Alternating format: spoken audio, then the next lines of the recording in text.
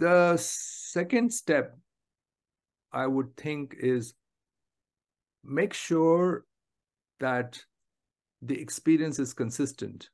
Every interaction with the customer, it's not that one time it is very, very good, another time is very, very bad. It's better to have an above average experience all the time so that people know this is what I can expect from this company. This is the kind of benefits I can expect from this product or service. This is the kind of value that I can receive out of buying this product or service. So consistency of experience is the best way to build a brand. It's not in terms of more, investing more and more in marketing dollars. It's about making sure that the customer receives the same quality of experience, same level of benefits, same level of customer service every time they actually either interact with the company or buy the company's product or service. Wonderful. Yeah, that brings a couple of thoughts in my head. And if you don't mind, we'll discuss that. And Yeah. I'm sure you will have wonderful answers to that. So the point is here that there is a logo which depicts some sort of a pictorial vision in a person's mind or consumer's mind. Let's use the word consumer. And then there may be sounds or words along with that, which hopefully enhance that total brand. Okay. And sometimes there are jingles and things which sort of try and portray the scene behind that and maybe the scenery and all that. So that goes into some sort of a marketing advertisement rather than just the brand. But the brand itself would have a name, hopefully. And this is what you alluded to earlier, that naming is a brand is becoming more and more difficult because people have already used a lot of names in the past. Now, that brings us to the question of use of language. Now, for example, I mean, our own Suniye Tau, it's actually a Hindi set of words, which means please listen. Now, despite the fact that there are viewers and listeners and who may not understand Indian languages other than English, what can one do to make the brand, let's say, equally sparking an image in a person's mind, even if they don't understand the language which is in the name? Which is why I believe we should never look at any one of those elements in isolation. Don't look at the name in isolation, the logo in isolation, and the tagline in isolation. Look at them as a composite whole. Now, in combination with the tagline, which is your brand promise, whatever you're promising the customer in terms of the experience, in combination with that tagline, the name might make more sense. So you're actually adding value with every little element. With the logo, it might add more sense. The logo might say you are actually a podcast service. The name might not necessarily appeal to everyone who don't understand the language, but the tagline, which you use, might actually tell people what does this brand stand for. So I think if it's possible to create new names, and I've done it for so many businesses around the world, that it's possible even today to create a brand name that is unique, that is that captures the essence of who you are and what you do, along with your brand promise. And the simpler, the better. And I think sometimes we tend to complicate things too much. I would suggest to businesses that try to keep the brand simple, and it's possible sometimes the most simple solution can be the most profound solution, can be the best solution. And I think sometimes we tend to get carried away.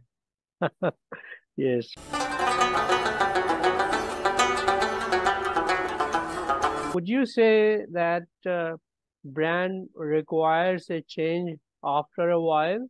Say a brand has been very successful, a product or service has been very successful with its original brand that it gave, right?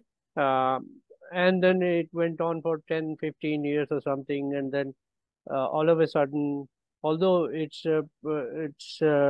service and product hasn't really changed, but uh, do you think that brand could have become stale and may require a change, or are there conditions which do not um, um, make a business owner think about that? In fact, my view, which may be a little contrarian, oftentimes we tend to get bored with our brand more than the customer does. And if there has been no change, essentially in terms of your product offering Mm-hmm. or in terms of your customer mix, Mm-hmm. I see there is no need for you to change your brand. Mm-hmm. Brands can undergo a refresh of some Mm-hmm. kind to Mm-hmm. make them look more contemporary. Mm-hmm. Okay.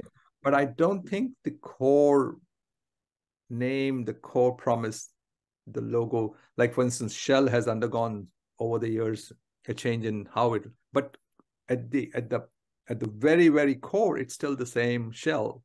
You've got the name Shell and the Shell, you can see.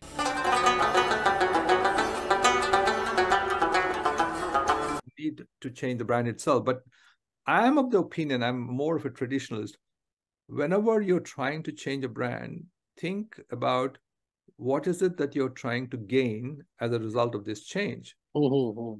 People do that all the time. But Mm-hmm. what they don't think about is Mm-hmm. what is it you're going to lose by giving up the brand that you have built over 10 years, 15 Ah, years. yes, yes, yes. What you lose often is more than what you gain with the change. Mm-hmm. And it's always exciting to change because a new marketing director comes or new general manager comes and he tells the owner, oh, we need to change the brand. It's not doing really well for us.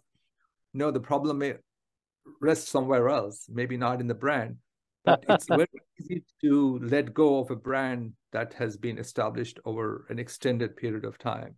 Mm. And you have to be very, very careful before you make that choice. That's wonderful reply, Mahesh. So, in the end, what is the one key marketing message you'd like to give, especially to the small businesses and in particular to the startups? For startups, I would say think about the problem that you're solving Mm-hmm. and the solution, because that's the fundamental.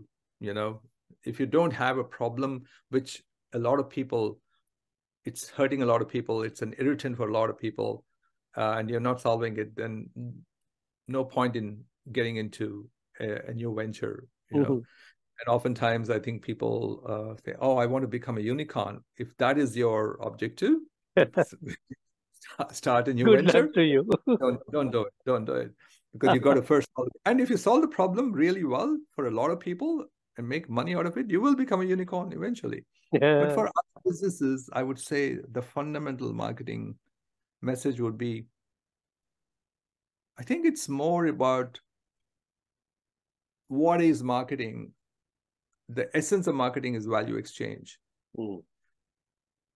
As long as your customers can derive more value from buying your product or service, then the value they attach to the money they're willing to part with from their pockets, you're in business. Catch the money that Mm. they are giving up.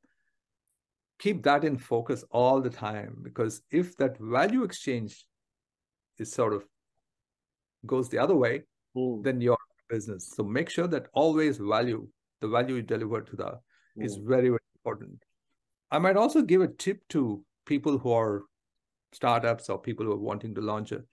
And let me give you a disclosure that I'm involved in that business. So Wonderful. yeah, please. There is it's currently still free, being offered free. Mhm. There is a app, you can call it app, a web platform called BrandRead.i.y. It's spelled BRAND, Mhm. capital READIY. It's so ready is spelled with DIY because it's a DIY platform. You can Ah, So you can enter any brand name and it'll instantly tell you whether that name has already been taken on Facebook, on LinkedIn, or TikTok, All or right, wherever. right. Or if the website or the business, if it's an Australian business, is it registered in Australia? What's the business name? It'll take you to the IP Australia website. That's a really, really good tool for businesses before they launch a new brand, because as I said before, the amount of pain and stress and loss in actual dollars that you go through by launching a brand which is already taken and has been established in different channels is huge. And now with the multiplicity of digital platforms, it's becoming even more and more important for you to make sure that you're not sort of contravening anybody else's IP rights.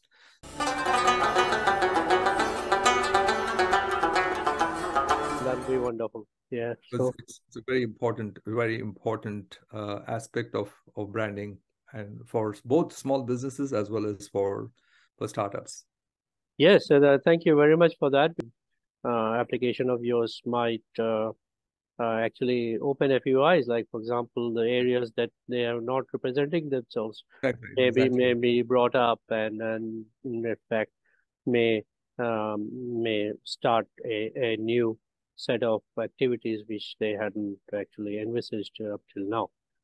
All right then. You felt earlier that the explanation I gave of ID and entity was a little conceptual, which was a little abstract.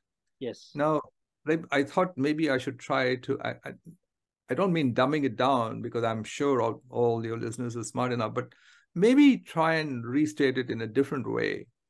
The thing about values is that the values determine how we behave. It determines our attitudes. It also determines our beliefs. So if we all know what the values of the business are, in everything we do, we will try and embrace those values to the extent possible, which is what happens when there is an alignment between the values of the business and the way you actually do your business, which is your brand, which is your experience, which is your customer service, which is why that's so important that there is this linkage, connection between the values of the business owner, and everything else that you do. It has to permeate through every part of your business. A brand is not a function of marketing. It's the foundation of the very foundation of the business. So once you accept that, then this question about values being separate from branding, that disappears automatically.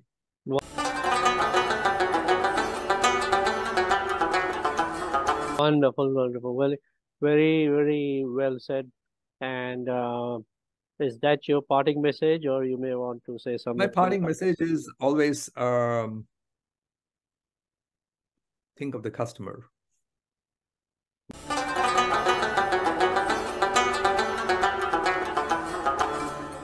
So on that note, I thank Mahesh Enjeti, the brilliant marketer, and you for your presence this time, and namaskaram to you.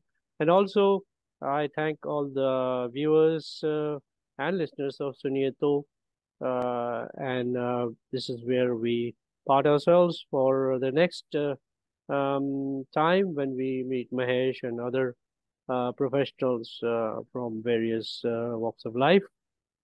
Thank you, namaskar, adab, and good evening. All the best. Nice talking to you, Kim. Same here. All the best.